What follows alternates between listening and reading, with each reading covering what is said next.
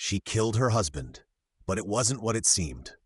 Nneka had always believed in fairy tales, or at least she thought she did. In her world, everything had been carefully crafted to resemble perfection.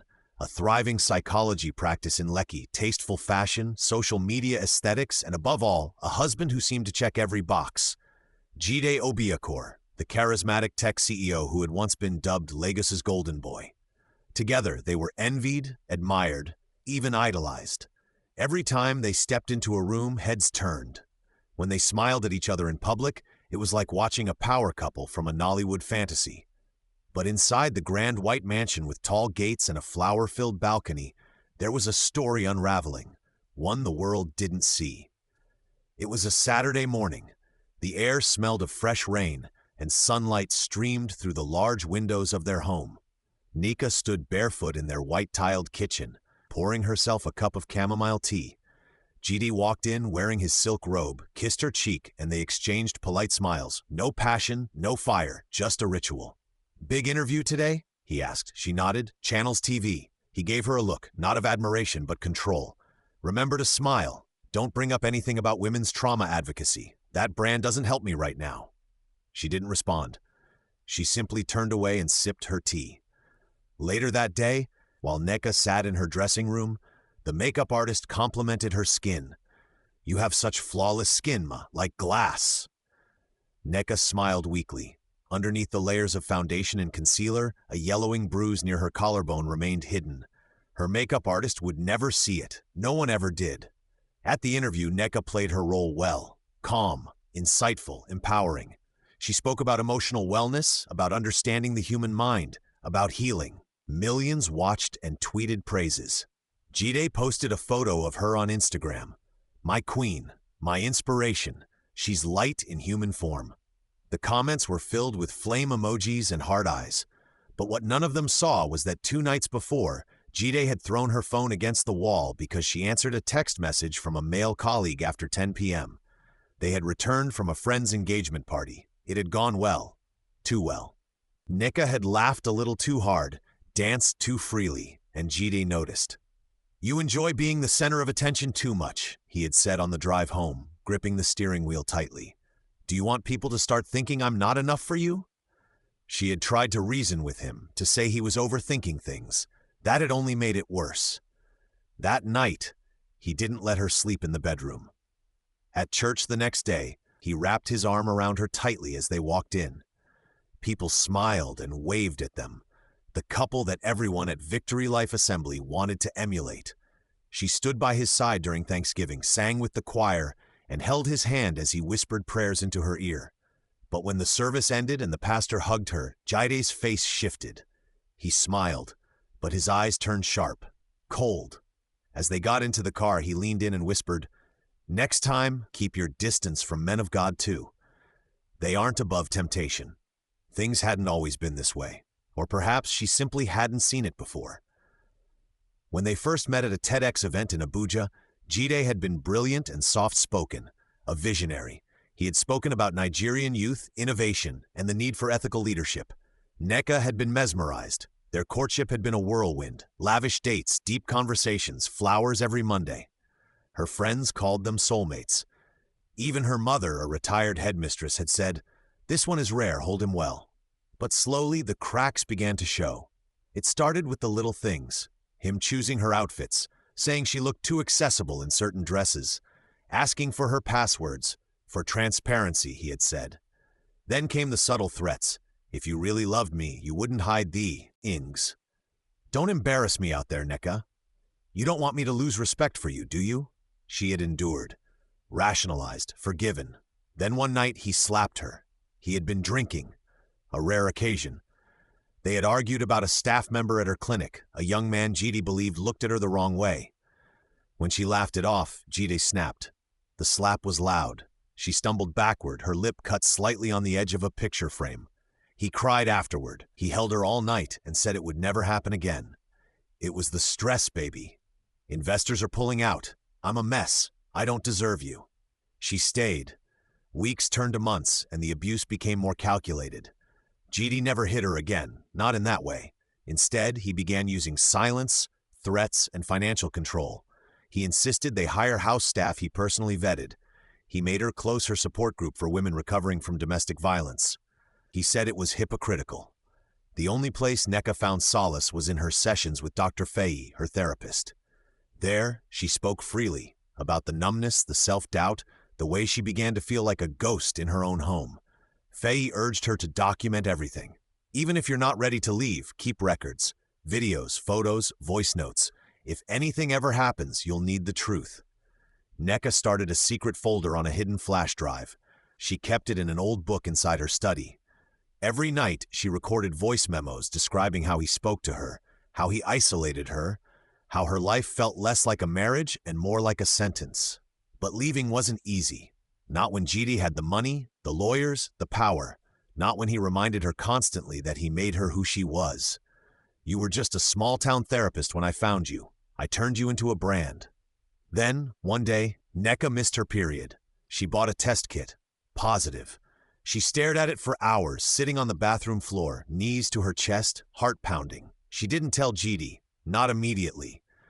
A part of her feared he would accuse her of infidelity. Another part feared what he might do if he believed it was his child. Eventually, she confided in her best friend, Chioma, a no-nonsense lawyer who had always warned her about Jide. You have to leave, Nneka. You can't raise a child in this madness. But Nneka hesitated.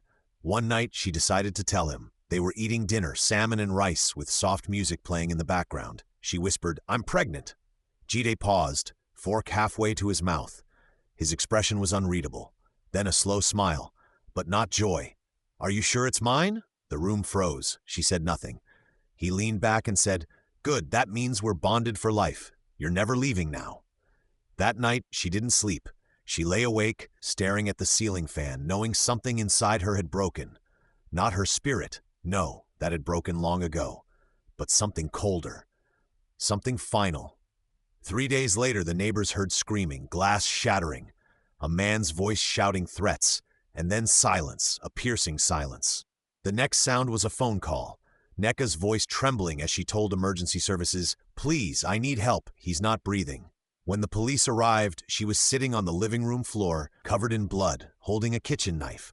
Her hands were shaking, her eyes vacant.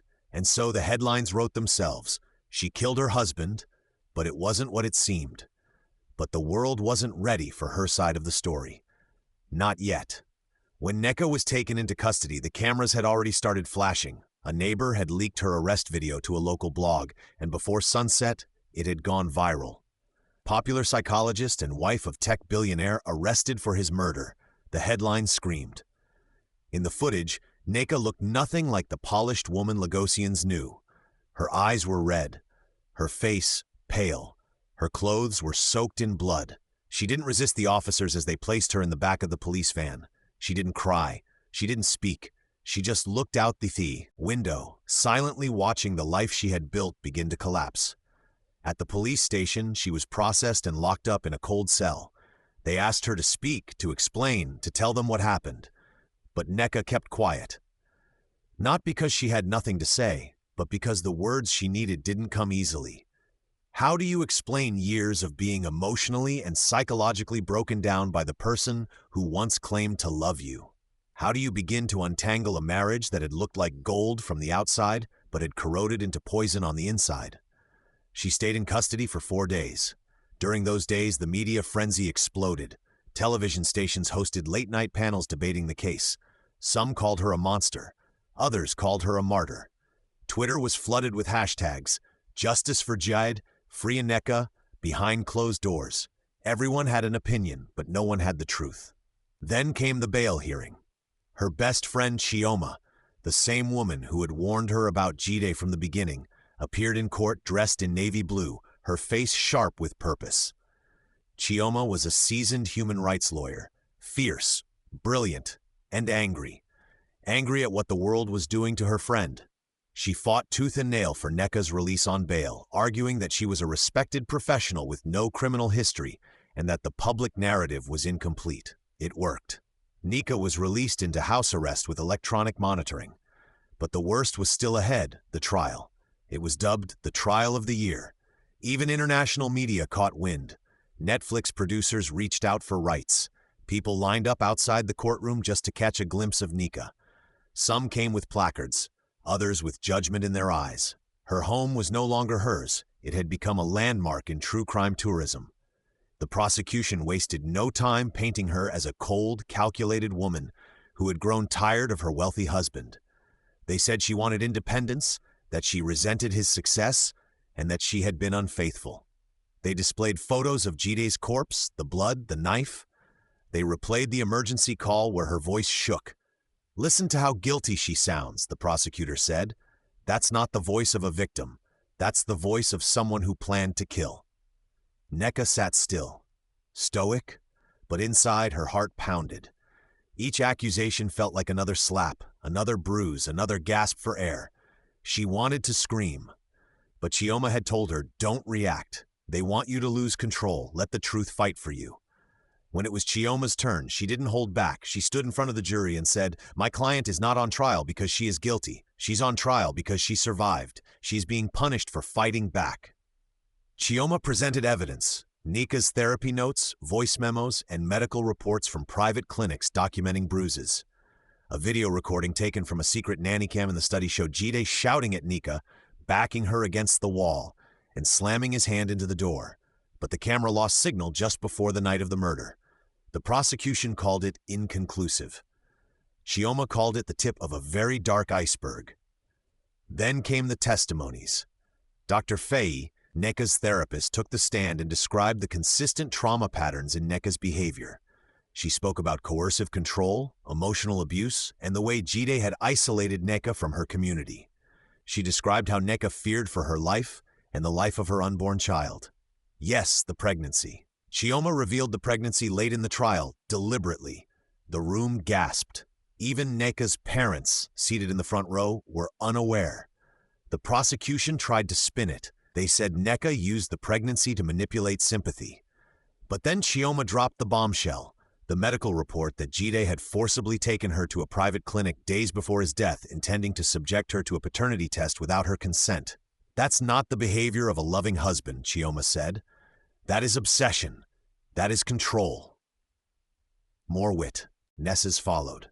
A former housekeeper testified about overhearing violent arguments. A neighbor mentioned seeing Nneka with sunglasses on cloudy days. A makeup artist from one of Nneka's interviews admitted she'd once seen a bruise but was told to say nothing. But the strongest evidence came from Nneka herself. She took the stand, nervous, vulnerable, but composed.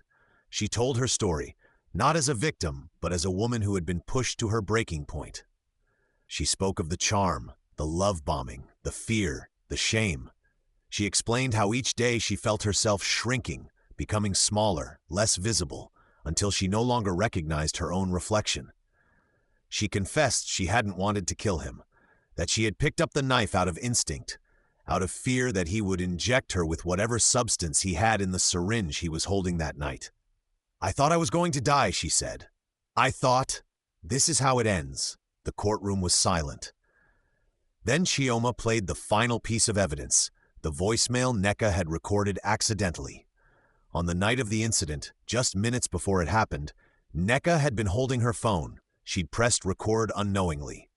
In that clip, Jide's voice could be heard, cold and cruel. "If you leave me, you leave in a body bag. Don't you get it, Nneka? I own you." The recording ended with a scream. It was the scream that shattered the courtroom. The judge adjourned for days to deliberate.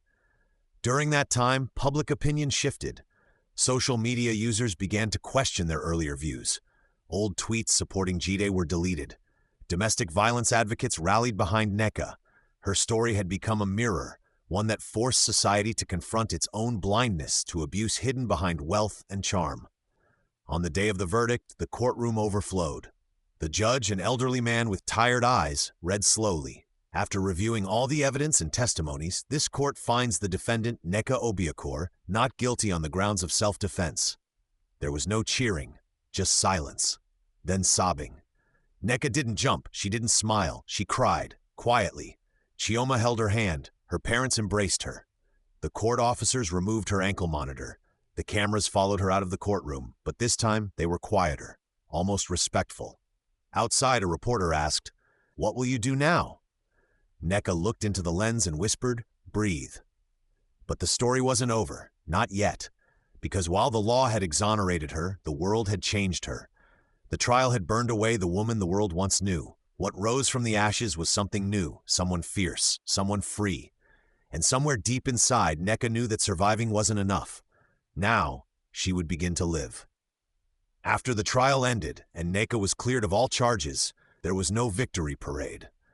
There were no flashing lights of triumph. Instead, there was a silence, a deep, soul-stirring silence that echoed through the chambers of her now empty mansion. Jide's things had been taken away by his siblings, his watches, his suits, his books, his scent. But the shadows he left behind remained. Every corner of that house still whispered his name. Every creak in the night felt like a ghost tapping on her chest. She didn't sleep for days after returning home. She lay awake staring at the ceiling, wondering if she had truly survived, or if part of her had been buried with him. The court had given her freedom, but freedom is not always peace. She miscarried a few weeks later. She hadn't even known the child's gender yet. All she knew was the pain, deep, ripping pain that felt both physical and spiritual. In a way, it was the final chapter of the life she'd once lived.